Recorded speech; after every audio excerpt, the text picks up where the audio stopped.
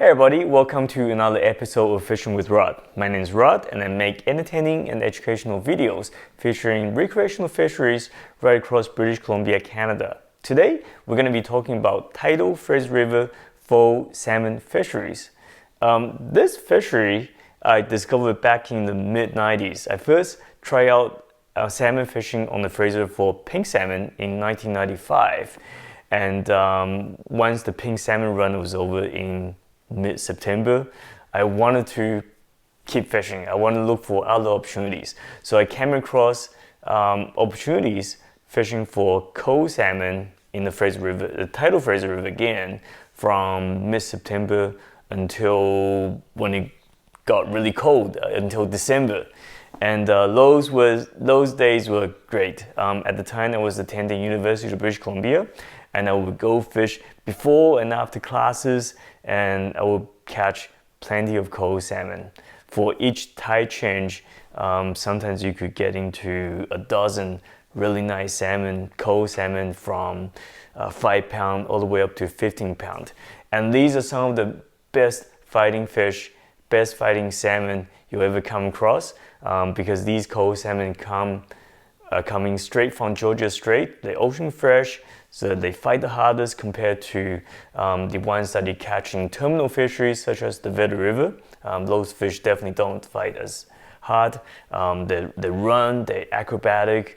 They just it was a lot of fun participating in that fishery. And besides coho salmon, there are also opportunities catching chum salmon as well, which also pretty spectacular when you get one on the line.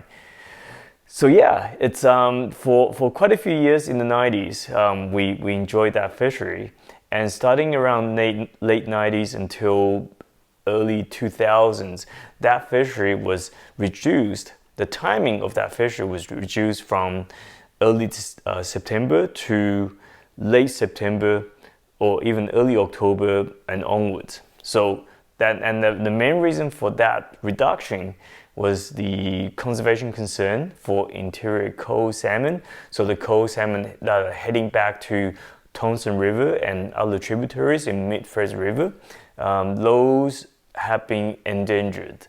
So there were conservation concerns for those stocks, and those fish usually travel through the Tidal Fraser in September. So the fishery was shut down in September, and it didn't really open until the Thanksgiving weekend for many years back in the late 90s until about 2010, 2012. So in the last 10 years, that fishery was reduced even more due to the conservation concerns for interior steelhead stocks. So Thompson River steelhead and Chilcotin River steelhead in the last 10 years, the return has been extremely low. It's way below historic average, and they still are. Those fish travel through the Tidal Fraser River throughout October. So the coho salmon fishery in the Tidal Fraser River has been closed throughout October for many years now.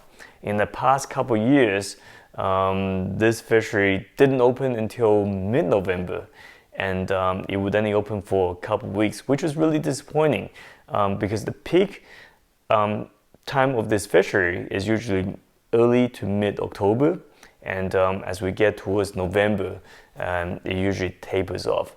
Well, you might ask, well, there are still coho salmon coming back to some of the tributaries in Lower Fraser throughout November, so why isn't it as good? Well, the thing with the Tidal Fraser River is that it's a huge body of water, so for the fishing to be really good, you need to have a pretty high abundance of fish moving through this large body of water.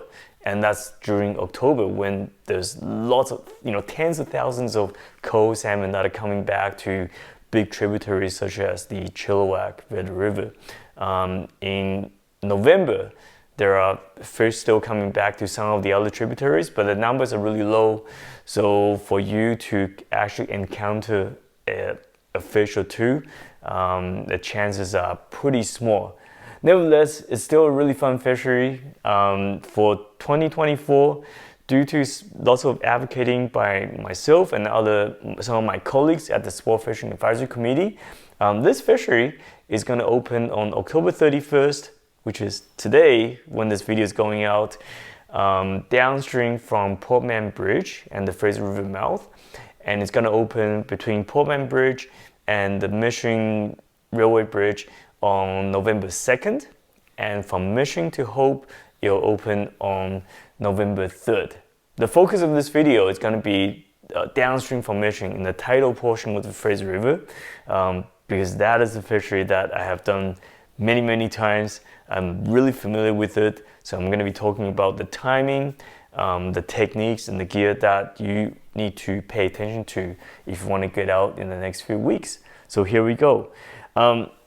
So the timing of this fishery, it's not certain part of the day. So if you look at the terminal fisheries such as the Stave, Harrison, Tidal River, typically first light and last light are very good, very productive.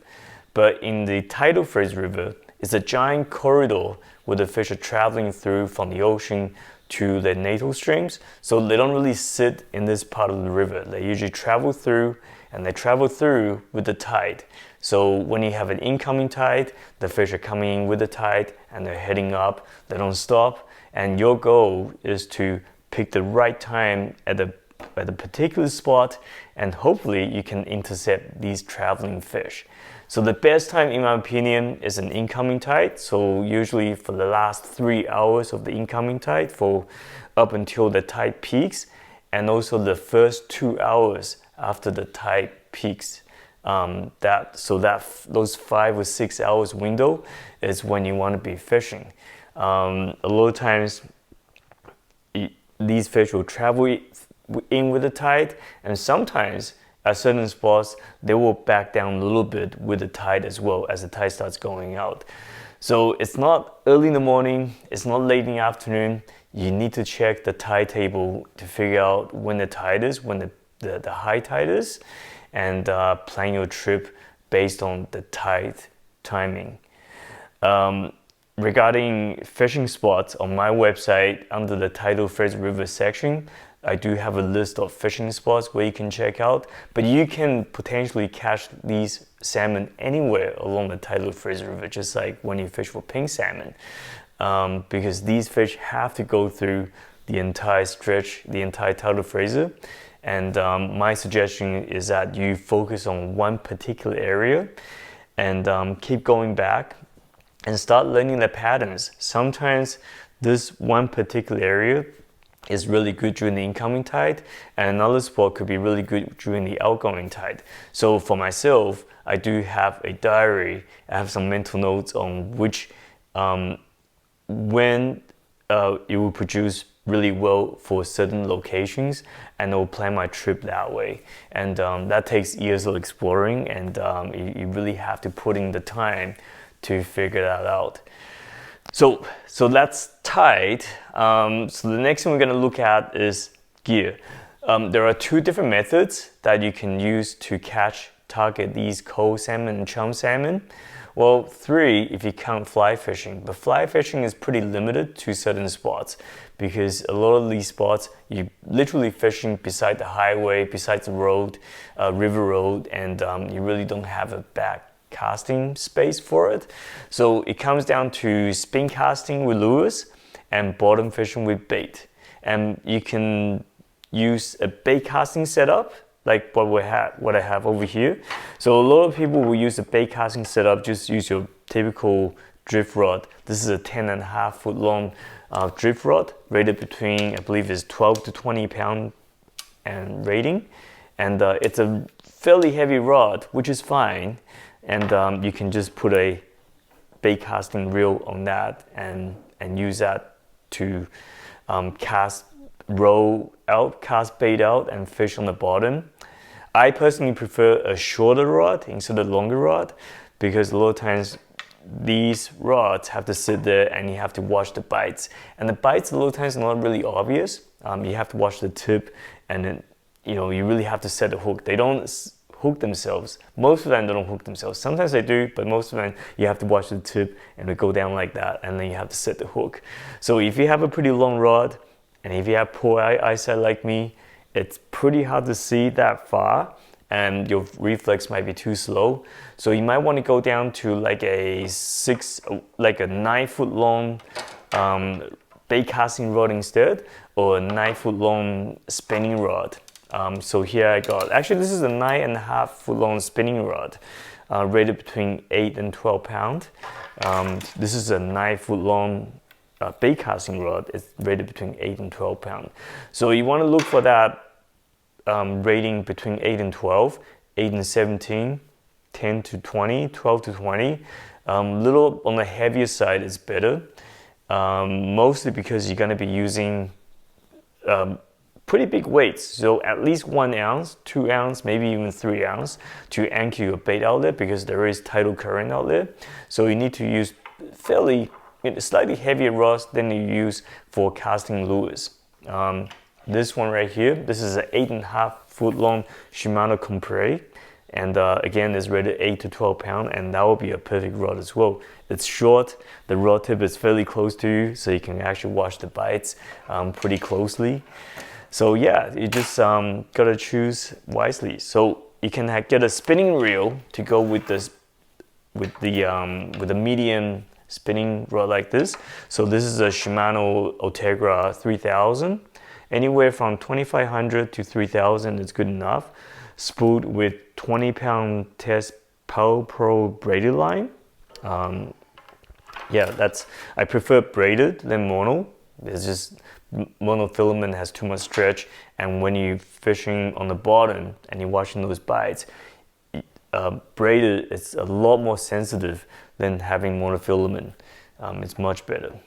So those are the rods and reels I recommend for bottom fishing with bait. For spin casting, for spinning with lures and stuff, you're casting lures up to 1/4 ounce, 2/5 ounce, maybe 3/8 ounce. You don't need something that's too heavy. So this one right here, 8 to 12, it's perfectly fine. You can go down to 6 to 12 pound test, 6 to 10 pound as well.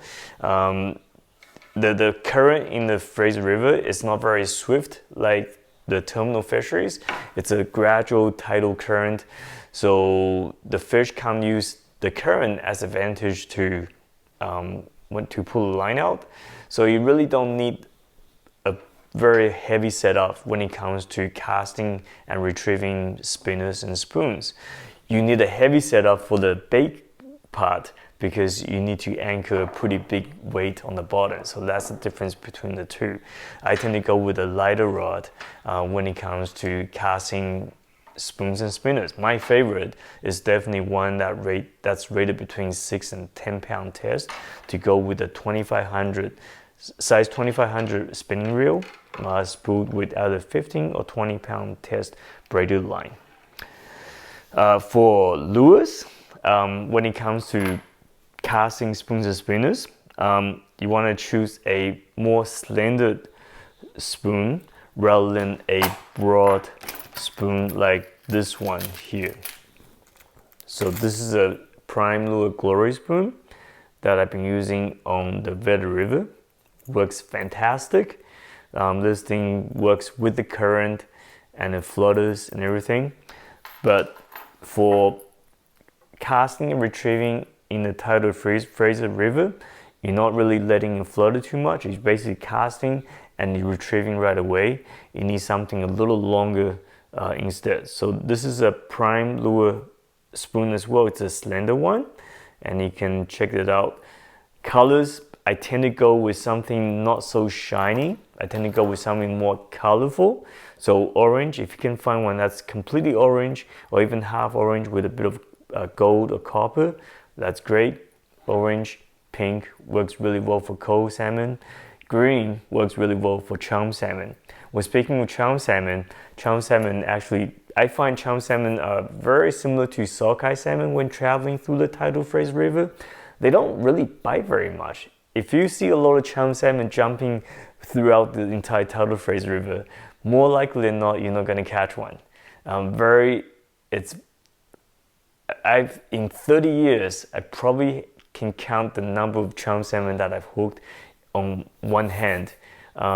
There's only certain conditions when they would bite, and most of the time it's when the tide starts going out a little bit and they're not really leaping out, and they don't look like they're traveling up. They're more just rolling on the surface and it looks like they're slowing down, and then they would actually kind of look at your lure for a brief second, and sometimes they will chase it. But most of the time, chum salmon do not bite lures in the Tidal Fraser River. Occasionally, they will take roe as well when you're fishing for coho on the bottom. But our main target species is definitely coho salmon. And your target is hatchery coho salmon, meaning that any wild coho salmon, any coho salmon with an adipose fin, you have to release. And speaking of the fish you have to release, make sure you are aware that any trout, any bull trout, any rainbows, any wild trout, and actually that includes pretty much all of the trout because we don't really have a hatchery river trout program anymore. So any trout, any char, any steelhead have to be released. Any chinook salmon, sockeye, which more likely than not you're not going to find any, you have to release as well. The two target species are coho salmon, hatchery coho salmon, and chum salmon. And make sure you check the fishery notices for the daily quota and how many fish you can keep, etc. So yeah, so that's casting spoons and spinners is very similar to fishing in a terminal fishery, and except you basically casting and retrieving, and pay attention. A lot of times these fish, these coho salmon especially, they will follow your lure and they might not bite right away, and you might feel the odd pecks, and just keep reeling and they will follow in, and a lot of times they won't commit until the lure is very close, right up to your feet. So just pay attention to that. When it comes to casting bait on the bottom, don't whip your line all the way out. Most of the fish are not traveling all the way in the middle. They're traveling very, very close to shore. So casting 30, 40, 50 feet out within that range, it's all you need. And if you cast too far out, the tidal current is too heavy, and that's actually gonna sweep your rig away because your weight's not heavy enough to anchor right on the bottom. If you're casting closer in, your weight would actually sink right into the mud and anchor right there and keep your bait at one spot. So the whole idea with casting, this is my bait right here. So you're basically cutting a piece of that off and put on the hook, and you anchoring that bait on the bottom, and you're waiting for fish traveling up. So coho salmon will come up to your roe, and hopefully they'll eat it, and you see the bites, and you set the hook, and you get a fish on. I've heard of people using shrimp. I've heard of people using dew worms as well. Roe by far is the best bait, but I know it's hard to get and it's really expensive to buy as well. So definitely dew worms, it's an alternative if you want to use that. So, okay, so let's talk about the setup, the terminal setup for fishing on the bottom. It's pretty simple. Basically, I have three-way swivels, and you're tying your one end of the swivel to the main braided line, and we're gonna tie 2 leaders on the other side. One really long one, so one looking at around 2 feet, maybe even 3, and the other one's gonna be 1 foot, maybe 1.5 feet long. So the long one is gonna be the one that has the weight on it, and the short one is gonna be the one with your hook on it. And I use, going back 30 years ago, I made a mistake of using line that's too light. The Fraser River water is not very forgiving. It's very salty, and there's a little grit on it. So your line goes through a lot. You want to go a little heavier. So I tend to go with something like a maximum of 15-pound monofilament at least. If you want to go fluorocarbon, you can. 20-pound Seagull fluorocarbon or even heavier. These fish are not line shy, so you don't have to worry about going light. And so we're just gonna tie this up really quickly and show it to you all. Okay, so here we are. This pretty simple rig for bottom fishing with bait. And so we have the weight, we have the hook. One thing you have to remember, this hook right here has to be barbless. We're gonna pinch it down because when you're fishing in the Tidal Fraser River for salmon, the hook needs to be barbless. And the reason we use barbless hooks is so that if you catch a fish that need to be released, like a wild coho salmon, it can be done so very easily and safely. So when you cast this rig out, okay, so you got the main line tied to this end right here. You cast this out and this weight sinks right to the bottom. It sits in the mud. You rod's that way. You tighten up the line and it's gonna be like that. And this hook right here with the bait on, with your rod on, is gonna suspend off the bottom like so. And it's gonna actually freely suspend as well. So it's not just hang at this depth, it's gonna come up this way as well. So when the fish is swimming up, they're gonna smell it, they're gonna see it, and they're gonna bite it. And going back to talk about the tide, a lot of times the fishing is really good when the tide is going out after the peak.